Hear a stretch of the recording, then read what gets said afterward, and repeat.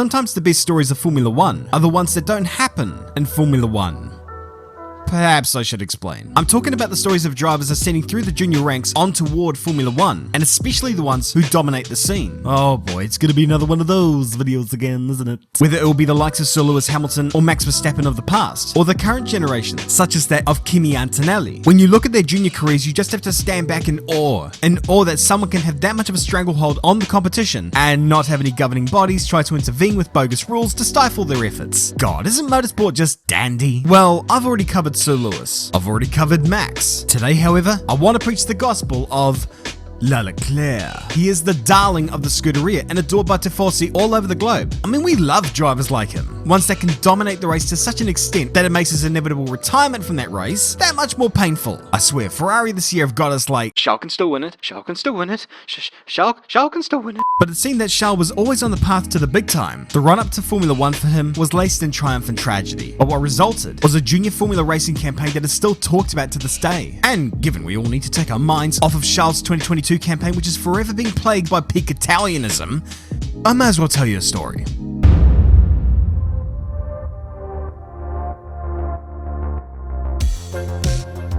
(2014), the Autodromo Enzo e Dino Ferrari, or should I just say Imola. It's the first round of the Formula Renault Alps series, and also serves as the debut race for one Charles Leclerc. Oh wait, you already guessed that? Ah, well done, Dora the Explorer. Being the protege of Nicholas Todt, and having been at the forefront of the karting scene for a few years, people were expecting many things from this lad heading into the season. It wasn't, however, an expectation of fighting for the championship. In fact, it probably would have been more down to Nick de Vries than anything else. The dude was entering his third year of Formula Renault, which is in no way a flex, but it did mean he went in with the experience of the cars and of the tracks, and carrying on whatever form he had from the year prior, driving with the same team. Indeed, Mr. de Vries was going to be very hard to beat that year.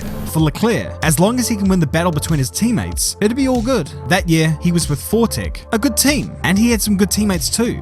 I think his qualifying was, to put it nicely, modest. But it was his first race, and he used this experience to great effect by having his first accident as well. He failed to finish the next race too, so he started that season with a total points tally of 0, which isn't a lot. No matter though, the next race was in Po, which...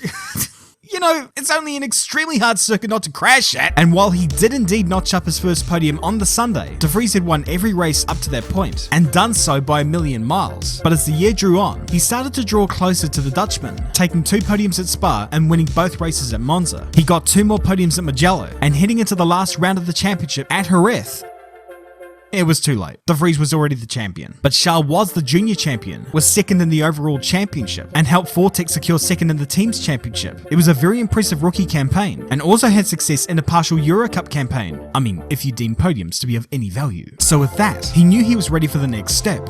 I mean, really, it's better than spending 3 years in the same championship and barely winning them championships. But hey, enough Dutch slander. 2015 brought about a new car and, consequently, a new championship. It was the European Formula 3 Championship, the championship for junior Formula racing. If you wanted to make a name for yourself, this was where it was at. And the grid that year was crazy. It had George Russell, Callum Ilott, Alex Albon, Italian Jesus, Jake Dennis, Pietro Fittipaldi, Felix Rosenqvist, Alexander Sims, Maxi Gunter, Sergio Seta Camara, Sir Lancelot, and of course, the greatest driver in the whole history of history. He was at Van Amersfoort that year, so there were no complaints regarding the team he was with. After all, they came close to the title the previous year with Max Verstappen. His teammates that year were Alessio Lorandi and Arjan Maini, so he would be kept on his toes within his own team as well. Both these boys could hustle a car. But of course, Charles, this didn't faze him. Right out of the box, he was fast, taking 2 pole positions, 2 fastest laps, and a race win in the opening round at Silverstone. And after an extraordinary run in the first half of the season where he took 12 podiums in the first 15 races alone, with 4 of them being wins, he was leading the championship by over 50 points after the first round at the Norris Ring. However, from that point on, things started to drop off dramatically. Possibly Van Amersfoort were falling behind Prema in terms of development. Or perhaps it was because Sir Lancelot's penchant for spatial awareness reportedly damaged Leclerc's chassis. But even then, once Charles got that new chassis, things didn't quite pick up. It seemed weird, but he also had to endure the terrible loss of his godfather Jules Bianchi during the course of the season. A driver who, it goes without saying, the whole of the paddock misses. One day, I'll cover the story of this incredible driver, but for now, Charles was still being written. He finished 4th overall for that year, which was still pretty good when you consider the pace drop-off as well as Sir Lancelot's mating attempt, and honestly, that first half of the season was still manic, and people were already slating this dude for great things. Little did we know that this 4th placing would be the worst of his junior career. From here on in, things got a little bit more successful. He still had one more race that year though, the Macau Grand Prix, the Formula 3 race, which is much like Monaco. It's a farce of a race with little overtaking opportunity, yet everyone looks forward to it and everyone wants to win it because that's the way humans are programmed. We could build skyscrapers and send people to the moon, but we do dumb shit like this. Anyways, Prema were always going to be the team to beat that weekend. They had a world-class lineup as they had done in the European season. Their team setup was elite, they had backing from Big Daddy Lawrence Stroll, but more crucially, they had Felix Rosenqvist, who was not only fast, but had been in the series longer than some people in the paddock had been alive and dead. He took pole position by a long way, but Charles became a bit of an annoying presence in that race, and after finishing half a second behind him in the qualifying race, he decided to start the main one off by passing him on the outside of Lisboa. He's no mere mortal, he is Charles Leclerc, and he's here to win. He didn't win though. Felix Seymour Hoffman passed him back and won the race, but not before Leclerc passed him and a couple of others around the outside again into the same corner. He's done it again!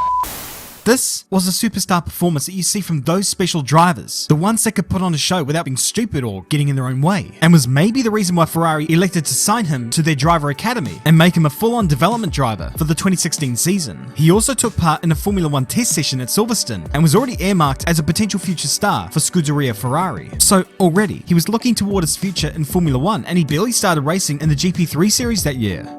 Oh yeah, let's talk about that. In that series, he'd be driving at ART and teamed up with 3 other drivers. Nadei Fukuzumi, a young hotshot from Japan who's in Honda's good books, Alexander Albon, former world karting champion and current Tomo F1 heartthrob, and finally, Charles' old arch rival from his Formula Renault days, Nick de Vries. ART were the team at the time, only missing out on the team's championship once ever since the series' inception back in 2010. This year looked to be no different. Charles started the season off well by winning the first race with the fastest lap, but in the second race, he couldn't muster any points, whereas up front, the race would be won by Albon. And this wasn't a mere nuisance for Charles because Albon was set to become a real thorn in Charles' side. Over the next 2 rounds, Charles achieved some mighty fine results, but Albon also achieved some mighty fine results. And so whilst de Vries and Fukuzumi were languishing, Albon and Charles were separated by only 2 points after the 3rd round at Silverstone, both with 2 wins apiece. The two were pretty evenly matched throughout that year, with the lead of the championship changing on an almost race-by-race basis. Albon was exceptionally fast that year, but Charles was consistent. And exceptionally fast too. After scoring another win in Belgium and accumulating as many points as he could, Charles led the championship by 29 points over Albon heading into the final round of the year at Abu Dhabi. Or to put it another way, he just had to hang on to Albon's coattails to take the title, even if Albon were to take maximum points. Well, Albon took pole, giving him 4 vital points for the championship, and was in the frame for a race win until his attempt to fly over the top of Jack Aitken forced him into retirement. At this point, it didn't matter what else happened, because Charles Leclerc had officially, mathematically, had become the 2016 GP3 champion, and he celebrated this momentous occasion by having another crash with Santino Ferrucci. It was a scrappy end to the championship, but however he came to do it, Leclerc was the champion, and naturally, it meant to move up to Formula 2 was on the cards. He was touted as a potential Formula 1 debutant for the next season, given his GP3 title and numerous FP1 sessions with Haas, but the powers that be said, no, let's just see how he does in F2. You know, because we don't want to potentially bring this guy to F1 half-baked. Well, he went to Formula 2, and that's when we saw the year of Leclerc.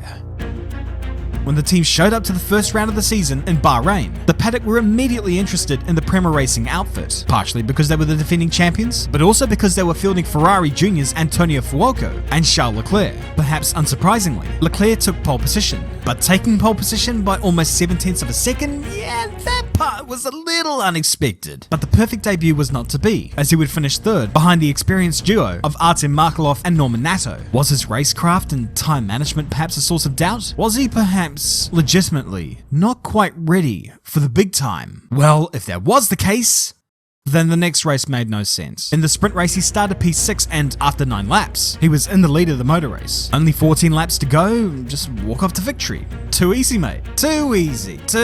Hang on. Why is he in the pits? Has he got a problem? No? Hang on, wait, what? That was tactical? Who pits in a sprint race, you gigantic melts? He can't possibly win it now, especially with 8 laps to go and he's down in P14. Nah, forget it. You Ferrari'd yourselves, Prema. Why did you do this? You could see where this is going, can't you? One by one, he was walking through the field. This is insane. By lap 19, he was in the points, but still, massive task to even get on the podium. Past De Vries, past Fuoco, past King Latifi, past Jordan King. He's now onto the podium. Meanwhile, up the front, Luca Giotto and Ollie Rowland are scrapping it out for a race win, ignoring the fact that the number 1 Prema was getting closer and closer and closer. Last freaking lap, Leclerc pulls out of the draft to get past Rowland. The pace difference is huge, but surely not. That can't happen. Oh, he locked a brake. And there he goes, from 14th to 1st in 8 laps. That was a masterclass. It's much like Turkey 2006, with that unbelievable drive from Sir Lewis Hamilton. We still talk about these drives because they are just so damn good. In the next round in Spain, he took pole position again and won the feature race for good measure. A good haul of points in the sprint race meant he had a pretty comfortable lead over Rowland in the championship. In Monaco, he took pole position again with the most ragged lap in all of human history. But of course, this being around in Monaco, I don't need to tell you what happened to Charles. All I'll say is that he got no points that weekend. And from there on in, the Monaco curse was born. God damn you, motor racing gods! The next round in Baku carried a lot of emotional weight for Charles, because preceding that weekend, his father had passed away. Having already lost Jules, he now also had lost his father. As callous as it may sound to some, racing was about all he could do in that moment. Push forward and continue making them proud. And he did just that, going over half a second faster in qualifying, dominating the feature race and grabbing second in the sprint race. His lead in the championship had grown and he was well on his way. He won the feature races in Austria and Silverstone. He put on some monster drives in Hungary after being forced to start from the back in both races, and impressed further by topping a mid-season F1 test in Hungary driving for Scuderia Ferrari. He slaughtered everyone in qualifying in Spa and won the feature race as well before being disqualified due to a technical infringement. Apparently. Had he kept it, it would have been win number 6 for him that year. The feature race in Monza also looked good for him, right up until Nick de Vries sent him into the Shadow Realm. Having to start the sprint race from the back of the grid, he failed to score any points that weekend. That was beyond average for him. It was about time that he set the record straight. The penultimate round was in Jerez. Quite why a round was held there, I'm not too sure. But anyways, Leclerc got his 8 millionth pole position of the year. Another 4 points toward the driver's standings, which, combined with the feature race win over Ollie Rowland, meant he now had a lead in the championship that was insurmountable. Charles Leclerc had become the Formula 2 champion. Another F1 Feeder Series championship. He'd done it again. Or, to put it another way, he's done it again! the rest of that season's races didn't matter. It didn't stop him though doing the business in the final round at Yas Marina, a second place, a race win, a whole hell of a lot of points, winning the title over Artem Markelov by 72 points, and finishing so far ahead of teammate Fuoco that he had already eclipsed his overall points tally by the 4th round. That season, Charles had taken 8 out of a possible 11 pole positions. He notched up 10 podiums and 7 wins. Still today, we talk about this season because it just seems so comprehensive. It seems set in stone right from the start as to who was winning that title. And that car, at least in my demented mind, is such an iconic one in the category's history. Throughout that year, he had run some practice sessions with Sauber, a Ferrari-powered team. Seemed appropriate if a jump were to be made. Well, it would be made. A week after the final round of the Formula 2 Championship, it was announced that Charles Leclerc would race for Sauber for 2018. And since that time, he's gone on to achieve some great things in the sport, carrying on from his Formula Renault days, through to Formula 3, to GP3, to Formula 2, and on to Formula 1, where today, we continue to watch this master at work, gunning for wins, putting on some fantastic drives whenever he's, you know, not being Ferrari'd. For someone to save. I wanna tell you something new. You drove us both into a wall.